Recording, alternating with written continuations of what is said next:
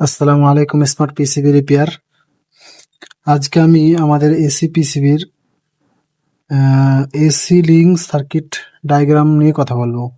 AC link কি, AC link কেন দেওয়া হয়, এসি লিঙ্ক না দিলে কি হবে, এসি লিঙ্ক যদি খারাপ হয় সার্কিট তাহলে এমসিইউ কি করবে, সেই হিসাবে বিস্তারিত আজকে ভিডিও আলোচনা করব।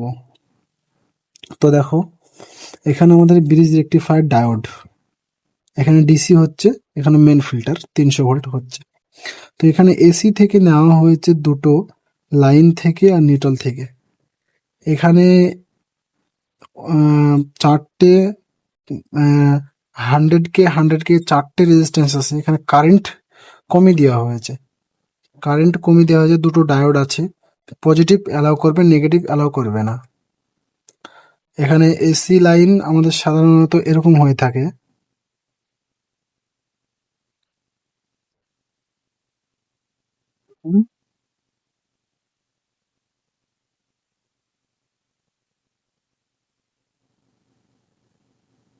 তো এখানে এটা অ্যালাউ করবে না, এখানে শুধু পজিটিভ অ্যালাউ করবে।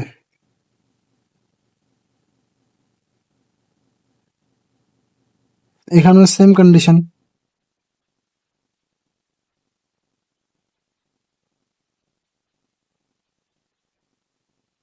এই রেজিস্ট্যান্স গুলো দেওয়া হয়েছে ওয়াট বাড়ানোর জন্য, কারণ এখানে কারেন্টটাকে কমাতে হবে, কারেন্টটাকে কমিয়ে দিয়ে এমসিইউ কে জানাতে হবে যে এখানে এত ভোল্টেজ আসে, সেই হিসাবে এমসিইউ সবকিছু কন্টিনিউ চালিয়ে যাবে।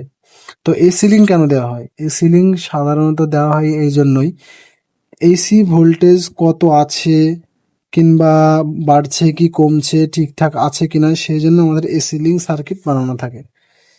এসি লিঙ্ক সার্কিট বানানো হয় এই কারণেই, এমসিইউ যেন বুঝতে পারে, আমাদের মাইক্রো কন্ট্রোলার যেন বুঝতে পারে যে এসি ভোল্টেজ প্রপার ঠিকঠাক আসছে।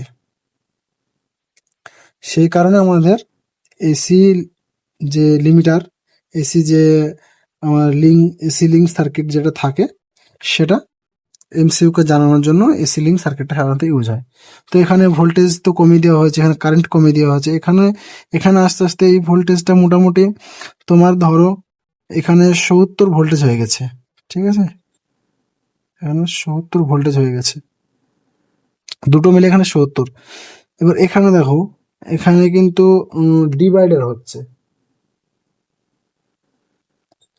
এখানে ডিভাইডার কিভাবে হচ্ছে সেটা বলি, কারণ তোমরা ভোল্টেজ ডিভাইডার রুল তোমরা ভালোই জানো।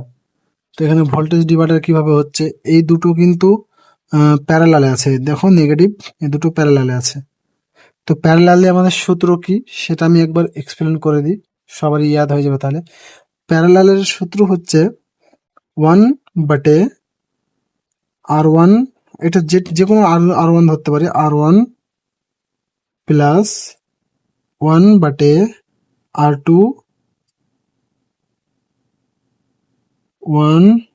16.5 কিলো। এখানে এটা 2 কিলো আছে, ঠিক আছে।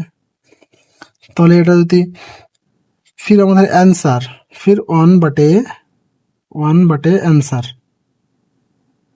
এটা যা আসবে সেটা অ্যান্সার করব। তো এখানে আমরা ক্যালকুলেশন করি।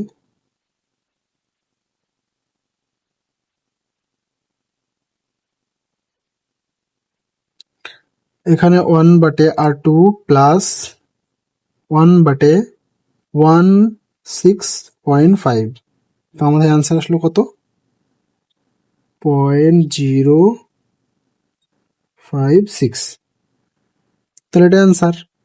ফির আমাদের অ্যান্সার 1 দিয়ে বাটা করতে হবে, তাহলে 1/অ্যান্সার 1, সরি 0.56। তাহলে এখানে আসলো কত দেখতে পাচ্ছ? 1.78 কিলো। তাহলে এটা আমাদের অ্যান্সার প্রপার। এই দুটো হয়ে গেল। এবার এই দুটো রেজিস্ট্যান্স আছে, তাহলে এটা সোজাসুজি ফান্ডা, এটা সেম ক্যালকুলেশন আমি করি। এখানে দুটো রেজিস্ট্যান্স আছে, তো 1/R1 প্লাস 1/R2 আর সরি R2, তাহলে অ্যান্সার আসলো কত? পয়েন্ট, এখানে আমি লিখে দিই, অ্যান্সার আসলো 0.02, 0.02। এবার অ্যান্সারকে আমরা অন দিয়ে বাটা করবো, তাহলে 1/0.02, তাহলে 50 কিলো। তাহলে এই দুটো কি হবে? 50 কিলো। এই দুটো আমাদের হয়ে গেল 50 কিলো। তাহলে আমাদের ভোল্টেজ ডিভাইডার রুল এবার আমাদেরকে কাজে লাগাতে হবে। এবার এখানে আছে 70 ভোল্টেজ। এবার আমাদেরকে এমসিউ, এখানে এমন প্রোগ্রাম আছে, যখনই এ 1.4 ভোল্টেজ পাবে, তখনই 1.4 ভোল্টেজ পাওয়া পর্যন্ত এ সার্কিটকে চালাতে থাকবে ঠিকঠাক, যে আমার এসি ভোল্টেজ ঠিক আছে, সার্কিট ঠিকঠাক চলবে। এবার এবার কি হবে, এই ভোল্টেজটাকে ডিভাইডার করি, এখানে দেওয়া হয়েছে। তাহলে ডিভাইডার কিভাবে হয়েছে? এটা তো 50 কিলো আছে এই রেজিস্ট্যান্সটা, এটা R1, পজিটিভের সাথে আছে R1, এটা R2। তাহলে যদি আমরা এইভাবে দেখি,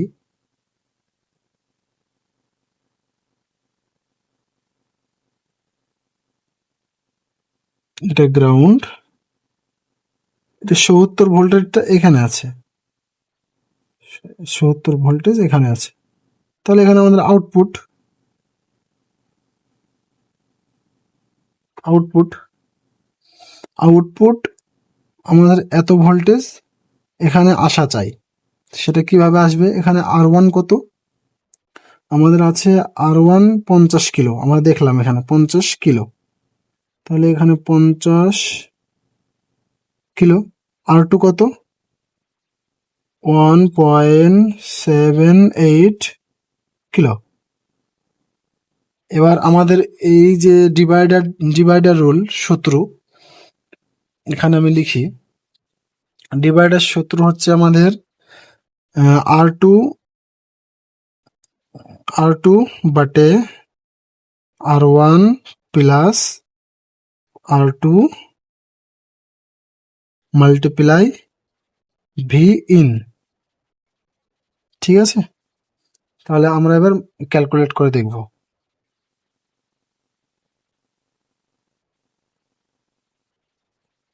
তাহলে আমাদের এখানে হচ্ছে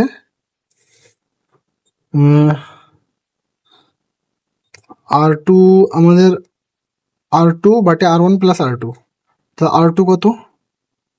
1.78, 1.78 R2, তাহলে বাটে R1 প্লাস R2। তাহলে এখানে R1 প্লাস R2 যদি আমরা বাটা করি, তাহলে 51 পয়েন্ট এটা আসবে, মানে দুটো প্লাস করলে, ঠিক আছে, এটা আসবে দুটো প্লাস করলে 51.78 কিলো। ঠিক আছে, তাহলে এবার আমরা দুটো করব, 0.78, ঠিক আছে, এটা করলাম 78। তো এবার মাল্টিপ্লাই ভি ইন, তাহলে মাল্টিপ্লাই ভি ইন কত? 70। তাহলে এখানে ভোল্টেজ আসছে কত? 2.4। এখানে দেখো 2.4 ভোল্টেজ আসছে, দেখো এখানে 2.4 ভোল্টেজ আসছে, 2.4 ভোল্টেজ এখানে দেখো, হিসাব অনুযায়ী এখানে ঠিকঠাক ভোল্টেজ আসছে। এবার এই ভোল্টেজটা যদি এখানে না আসে তাহলে এসি লিঙ্ক এরর দিবে।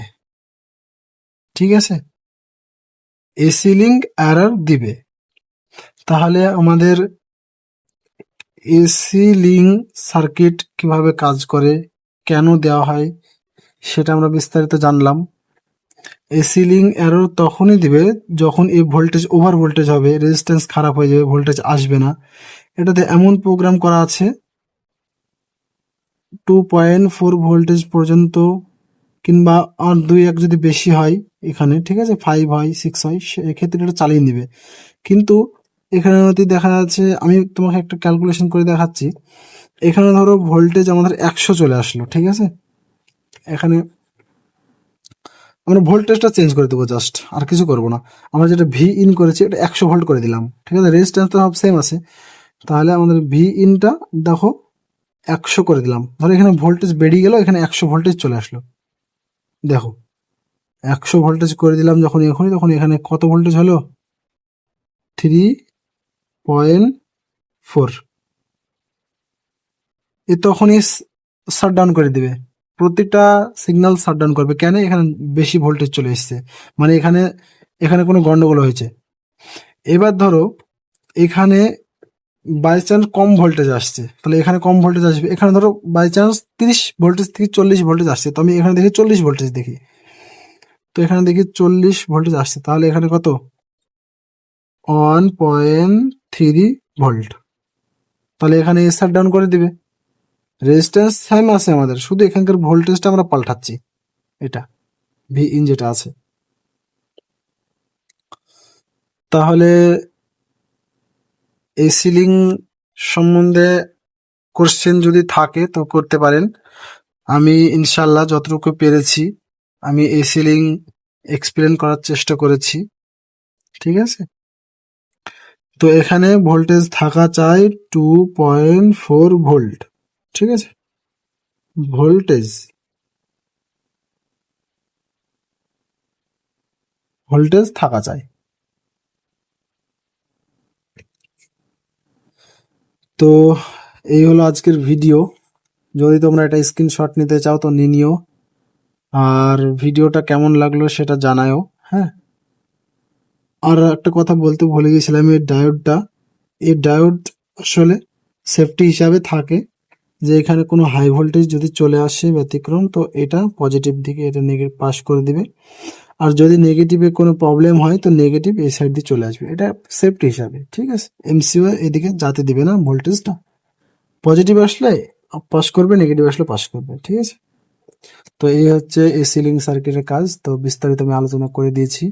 যদি এই সিলিং এর বিষয়ে যদি আরো বিস্তারিত জানতে চাও তাহলে কমেন্ট করো, আমি আরো অন্য অন্য সার্কিট এক্সপ্লেন করে দেখাবো যে সিলিং আরো কিভাবে সার্কিটে কাজ করে। তো চলো বন্ধুরা, আসসালামু আলাইকুম।